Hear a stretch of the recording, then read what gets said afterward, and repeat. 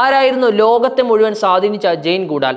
1934 ലണ്ടനിൽ നിന്നാണ് ജെയിൻ ഗുഡാൽ ജനിക്കുന്നത്. മുട്ടിലെഞ്ഞു നടക്കുന്ന സമയത്ത് തന്നെ പ്രകൃതിയിലെ ജീവജാലങ്ങളോടുള്ള സ്നേഹം ആരംഭിച്ചിരുന്നതായി ജെയിൻ തന്നെ തുറന്നു പറഞ്ഞിട്ടുണ്ട്. ഇൻ ഷാഡോ ഓഫ് മാൻ എന്ന പുസ്തകത്തിൽ കോഴി മുട്ടയിടുന്നത് കാണാൻ കോഴിക്കൂട്ടിൽ ഒളിച്ചിരുന്ന ഓർമ്മകൾ അവർ പങ്കുവെക്കുന്നുണ്ട്. അന്നവരെ കാണാനില്ലെന്ന് പറഞ്ഞ് അമ്മ പോലീസിൽ വരെ പരാതി കൊടുത്തിരുന്നു അത്രേ. 1-2 വയസ്സുള്ളപ്പോൾ തന്നെ ഞാൻ പ്രാണികളെ നിരീക്ഷിക്കുമായിരുന്നു. വളരുന്നതിനനുസരിച്ച് ആ താല്പര്യവും വളർന്നു. പിന്നീട് ഞാൻ ഡോക്ടർ ഡൂലിറ്റിൻ, ടാർസൻ തുടങ്ങിയ പുസ്തകങ്ങൾ വായിച്ചു. അതോടെ ആഫ്രിക്ക എൻ്റെ ലക്ഷ്യമായി മാറി.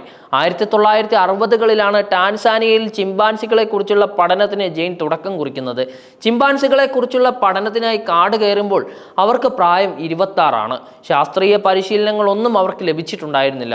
അന്നുവരെ കണ്ടുശീലിച്ച കൺവെൻഷനൽ രീതികളിലുള്ള പഠനമോ ഗവേഷണമോ ആയിരുന്നില്ല അത്. ചിമ്പാൻസികളെ ദൂരെ നിന്ന് നിരീക്ഷിക്കുന്നതിന് പകരം അവരുടെ ജീവിതത്തിലേക്ക് തന്നെ അങ്ങ് ഇറങ്ങിച്ചെന്നു. 60 വർഷങ്ങൾ നീണ്ട പഠനത്തിനായിരുന്നു അവിടെ തുടക്കം കുറിച്ചത്. ചിമ്പാൻസികളെ കുറിച്ചുള്ള ഗവേഷണത്തിലുപരി അവർക്കൊപ്പമുള്ള നിമിഷങ്ങളിലൂടെയാണ് ജെയിൻ ലോകരുടെ മനം കവർന്നത്.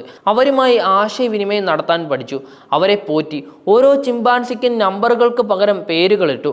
പക്ഷേ ആ നീക്കം പല കൺവെൻഷൻ സയന്റിസ്റ്റുകൾക്കും ഉൾക്കൊള്ളാൻ സാധിക്കുമായിരുന്നില്ല. സ്വാഭാവികമായും വിമർശനങ്ങൾ നേരിടുകയും ചെയ്തു. ചിമ്പാൻസികളെ അവർ ആലിംഗനം ചെയ്തു.